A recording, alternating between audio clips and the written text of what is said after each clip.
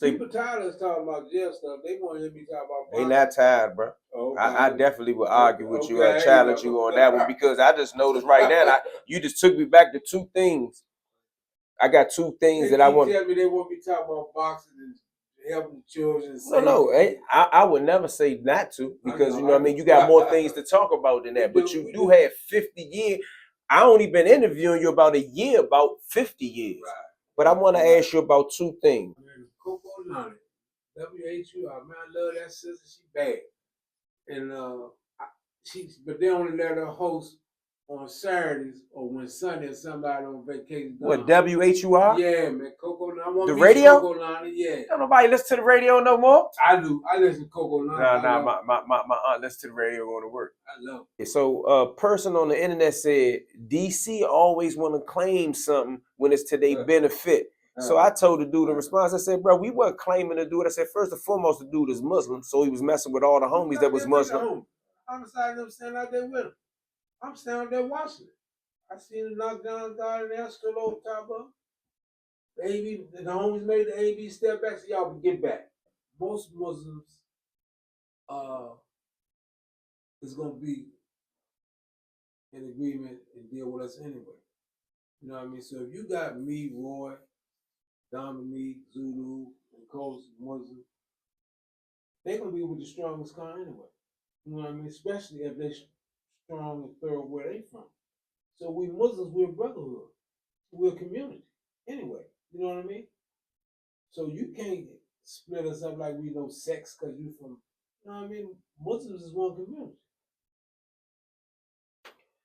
Fray, I kind of let you just pass by when we breezed over it last time, but you actually got in the ring with Fray.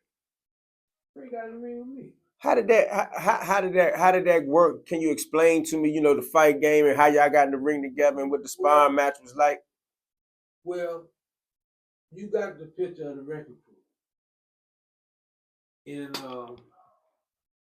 you never know who the trainer gonna select to work this particular day. So if the whole team come down there in the ring, they might say, Eddie, you got to work Friday today. Eddie can't say, I ain't work. I said, come on, man. Eddie get in there. Then I said, you got fly. You got Fray today.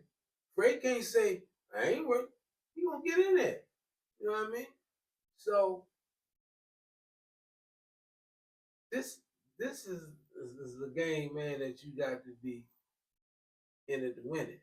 Every day. Every day. This is not a timid sport, or this is not handball, or you know what I mean, or stuff. This is combat. You know what I mean? So combat. Yeah, this is combat. You know what I mean? And in order to sharpen your skills, you got to get in there with the best. Yeah, and you got to have some heart. So Fray used to get there with me, man, and I press him and make him fight. I mean, and he'll fight. I mean, fighting hard. What was he good at? You got Fray had fast hands. I was a little surprised he had fast hands. You know what I mean? And he got hard. You know what I mean? He got hard. You know what I mean? Win, lose, or draw, you got to throw him, man. You got to throw him. You know? And I said, good work, man. You know what I mean? Give him, you know, a little tap on. You know, I said, you know, you got to get back in there again. You got to know. You can't duck nothing when you're on the team. Tony Harris used to get in the ring more than anybody. Shorty was lightweight. Shorty said, I want to work fly today. You know what I mean? I said, come on, Tony. I seen Tony get good, man. I'm talking about. On that record crew picture you got in 76, Tony was just starting off. When I came back, when I was fighting 81, Tony was sharp, man. Tony was so good when we used to go to other joints. Tony used to say, Fly, let me kick it off. Let me be the first fight. I said, all right. Shout out to Black Darryl, man, who was at Ceasefire. Love show. That's my little brother, man. You know what I mean? You got a picture of me, him, and my cousin, Daryl Marsh. Shout out to Daryl Marsh, my beautiful cousin. Thanks for being my date at the Ceasefire. We're going to get together again soon, sister. Love you, Daryl. Who was the two New York guys? You say, E. Ask about this old timer from New York and this other old timer, the Cadillac mess with it. Steve Wu. And who was the other one that you used to talk about? There's two of them you mentioned that I couldn't remember. Do you? Jeremy Cullen? Those, bang. Yeah. What's your connection to those two guys? And are those two guys still alive that you know I of? need to find out if they still alive, because Big Steve, Big Black, you know, was like my big brother. He saved my life in Magna. And Big Jerry Big Jerry was with me and Nordy and all us back in Mern back in the days. And you know, they was mad at him because that's why Cadillac, I think, because Jerry and Green Hill was going to court for Tommy now, kill a steamboat. And that's when Lack screamed on him. He said, I wish y'all would go to court for them punks. You know, that Barry heard him and said, man, you gotta get the dude. Let me ask you this. Still in New York. So Frank Lewis out of New York is my man. That's the other guy that you That's mentioned. my man. What part of New York was Frank Lewis from? You remember? I remember Frank Thurl. Frank. And he was where with you? We started off in FCI's. He was in Mern, Children, Dave Ford, Joe James, all of them. Thurl. Kid just like us. He's a beast. You know what I mean? He got a name out of New York, like me and the coach got in D.C. Terrified of him. He'll beast. Still in New York, Supreme got a documentary out, right? I just watched this. Now, I'm not going to take you through all of it, but I want to go into one legal thing, and I want your opinion, and I want your experience. Supreme got 5 life sentences, and he was facing the death penalty, just like Wayne Perry, okay? Right. He went to trial, as you did, okay? His lawyer didn't let him take the stand. How you know where I'm going? Because I know. All right, but what I want from you is you were facing life without parole, not even the death penalty, right? Your lawyer, you had a problem with your lawyer, but you still got on the stand and were able to defend yourself. 2 questions, all right? Did you have any problem getting on the stand? Why did you get on the stand? Oh, 3 questions. How did you have any problems getting on the stand? Why did you get on the stand? And what do you think your right to get on the stand had to do with your story to the jury? Did I confuse you? No, right. Boom. All right. So you can pick. You can start up. I took the stand, because I felt like I was intelligent enough to look them jurors in their eye and to sell myself. I felt like I could articulate and point out the inconsistencies of the witness and point out stuff to make them say what he said. And I beat 5 counts. You know what I mean? Mark O'Shawn, who just died a couple of weeks ago. Yeah, he just died a couple of weeks ago. He had a stroke and a heart attack. A lot of punishment doing all that dirty stuff. He sold me out. Sold other people out. He just died. The school teacher that worked in law. Your co-defendant. He had Gary Coleman, who was Mark O'Shawn's law partner. It was Michelle Roberts, Gary Coleman, Mark O'Shawn. But the school teacher's lawyer seen that Mark wasn't doing what he supposed to do, so he really fighting for being a school teacher. You know what I mean? Because he trying to beat the beat for a school teacher, which he did. So when Mark did the school teacher testify for himself? No, I'm the only one. Okay. See, the warden, the unit manager, the captain, all these officers kept saying, call us, man, to come to court so we can say, this man ain't ran no multi-million-dollar drug ring in my prison, because I'd have locked him up. I had people begging Mark to call him. So Mark told me, if we call the warden, Thomas Gators, to take the stand that I ain't ran no drug ring, he said some of the witnesses was going to testify that the warden was stealing microwaves and TVs from R&D. I said, man, that man can handle himself. Don't you worry about what the FBI, what the government said they're going to do. I said, man, put that warden on there. I can walk out this courtroom if you take a stand for me, man. My unit manager, Brenda Macon, she said, call me. Sergeants, captains. Then Mark said, you still owe me money. So you can get all your money in a bonus once I beat this case. But once I seen how weak the witnesses were, I said, I'm taking the stand, man. Did he challenge you on that? Yeah. And I'm asking you this for the people who watch that and the people who understand what you've been through. Tell me how that struggle was about you getting on the stand. Because you're already saying how much you had to go through with him about calling the witness on that. Not only that, when they beat me in the jail and put me in the hospital and gave me a concussion, broke my nose, he didn't even come see me. So I'm seeing signs. But it didn't come out till after I was convicted that the feds said we spent too much money trying to get this dude. We need this conviction, man. Mark sold me out. Third part of it, because you already said, yo, I beat 5 counts, which is He big. was under investigation for laundering drug money for Rafer, because Rafer had him working on his pill. Mark is the first one who told me that Rafer was snitching. He flew out of Maryland to see me before I went to Colorado. He said they just moved Rafer from Lewisburg to Allenwood. FBI just went to see him. He said, keep your ears open. Rafer getting ready to snitch. How were you able to convey what you were saying to the jury to be able to defend yourself? Was it based on questions that you had went over with your lawyer for that, or did you go off script? How was that? I wrote down a rack of questions on the pad. I said, Mark, ask them this. Ask me this when I take this thing.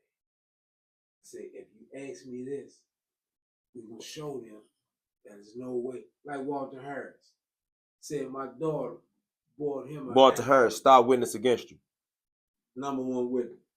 Walter Harris took the stand and said, my daughter came to see him in the 92 fair and bought him an ounce of heroin in her vagina. I say, subpoena his visiting record.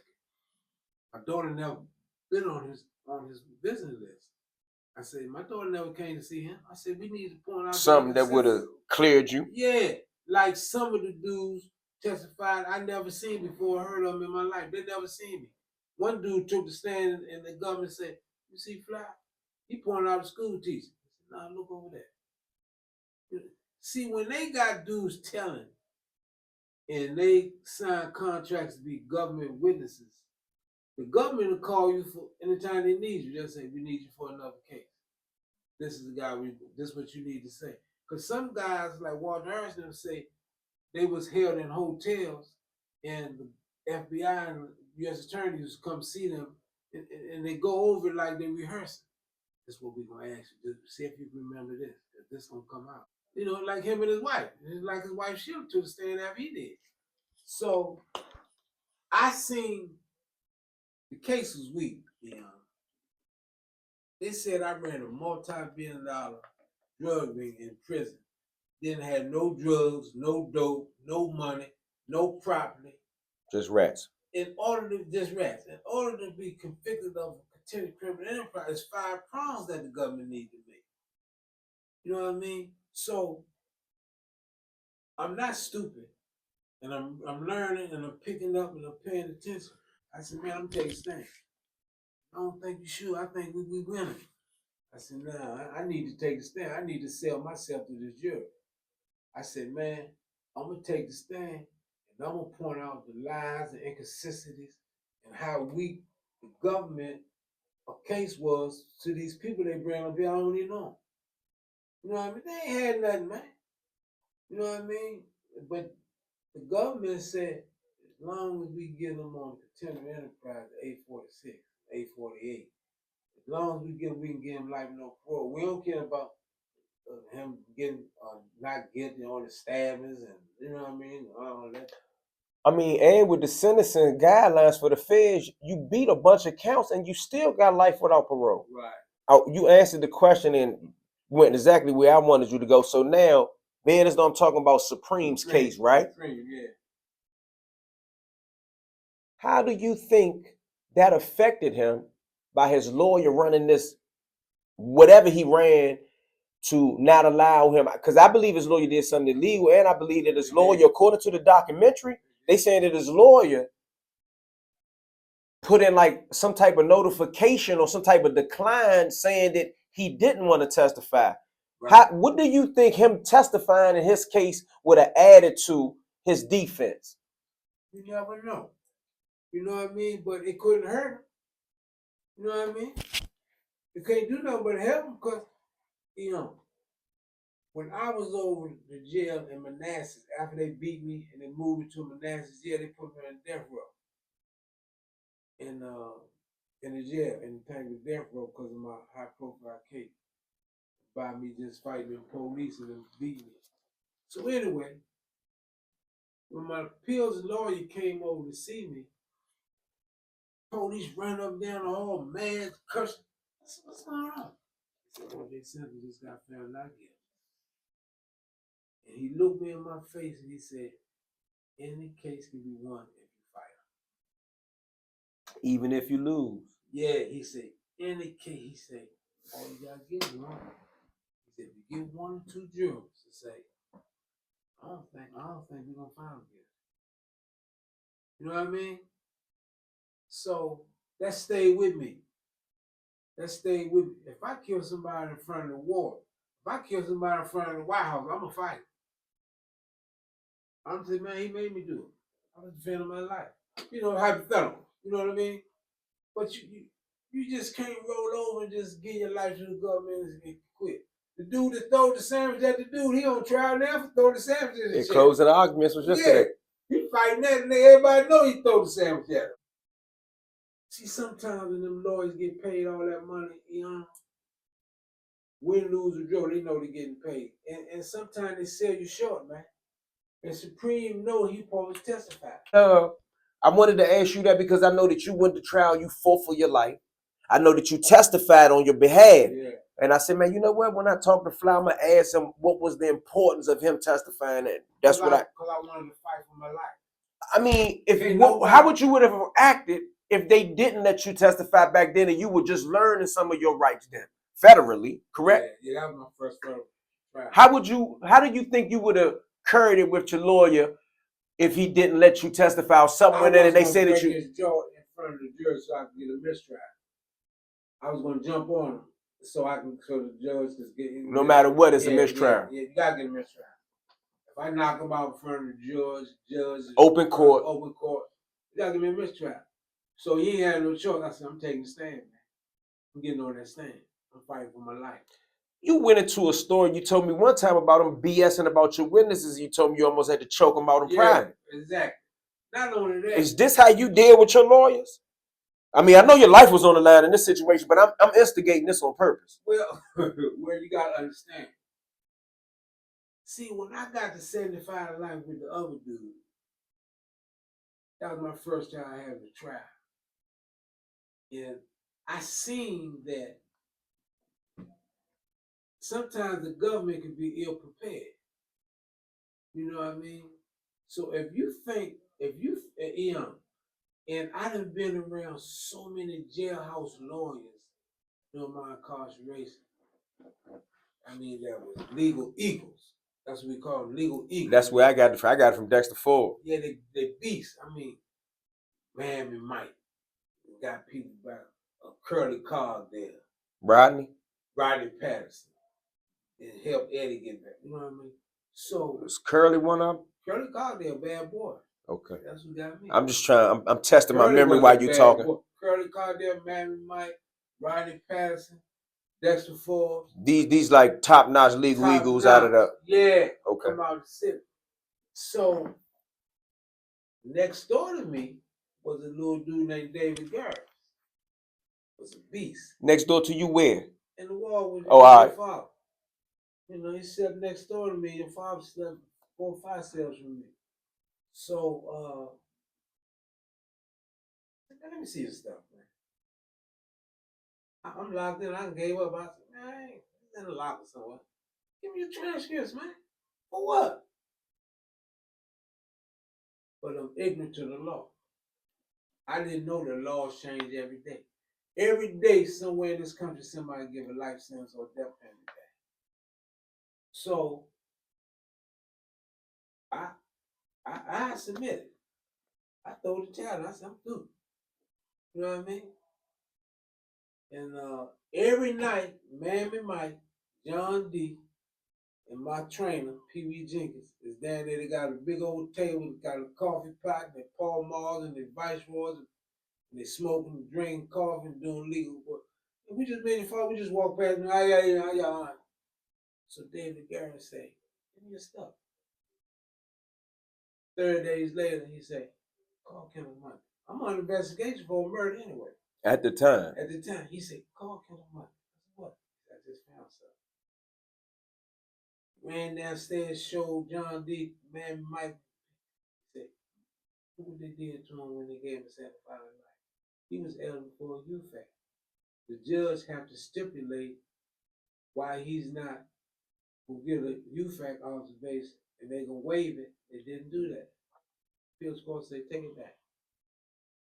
I mean, and in this situation right here, you learn that you got to go over your paperwork, and that no matter how bad the situation is, it's something in it. And it's something in it. If you study law, you just like how Roddy stumbled up on Eddie when they called Eddie the Godfather, you know, and then after I gave it back, Alvin Lee's brother Randolph, him and James Bay used to study law all day, every day in Murray.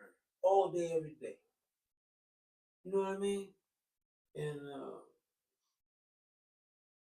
so I had the mindset that, man, I'm gonna fight these people. And time I gotta fight. And then Kendall Money taught me a lot of stuff. He told me how to play crazy, how to go to Springfield, how DC Code, and you sense under the spirit on DC Code, they can't send you to the feds without getting your hearing if they send you on law. This how me and Terrence Stedman and Cadillac and Gene Cunningham all us got back. Because you have to be afforded a hearing by the adjustment board to say why we send it to the federal system if you're in Superior Court. And that's how we got back. So, man, you'd be surprised when you read and study law what issue you might stumble upon. You know that because you fought for your life when you had life. Yeah, later on, but when I was young and dumb, like you just said, when you said you was walking by, you was doing your bed. Yeah. I mean, I was sitting here listening to you talk about how you walk by now. Lord, and I was in everything moving, and I can imagine what you was doing older than me. So, like, once you get I'm beating bag, hustling, get some money, making babies, yeah. So, but every day that same team is at that table with law books. Wasn't no computers in law books. Yeah, they was doing it manually. Yeah, I mean, and they said, look here. And then everybody called me and said, look who told on that case. I said, he told. You know what I mean? So when I'm gonna use the word were enlightened to all this, how did you develop a new respect for law? Oh yeah, tremendous respect. Did that respect or that acknowledgement of law help you do the 26 years in ADX when they said you were never getting out? What ignited me when they locked my sister up? They made up a fake case. You said I need to do some research on what? On that brother Green out of DC that was in Waldo. I got to remember the Waldo Green. The oldest homies that you've been able to tell me about is the Loach and Vernon Cooper, right? Right. All right. Catfish Turner, that was the Loach man in Atlanta. He said with the Loach. All right, so those are the oldest homies that I think I have knowledge of. Right.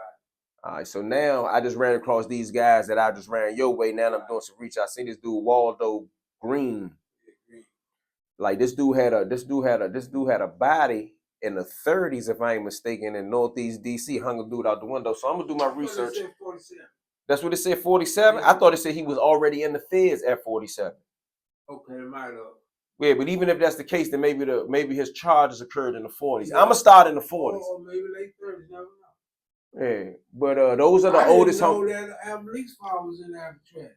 Yeah, I didn't even. Yeah. I'm gonna look that up. But I see from what I showed you, right?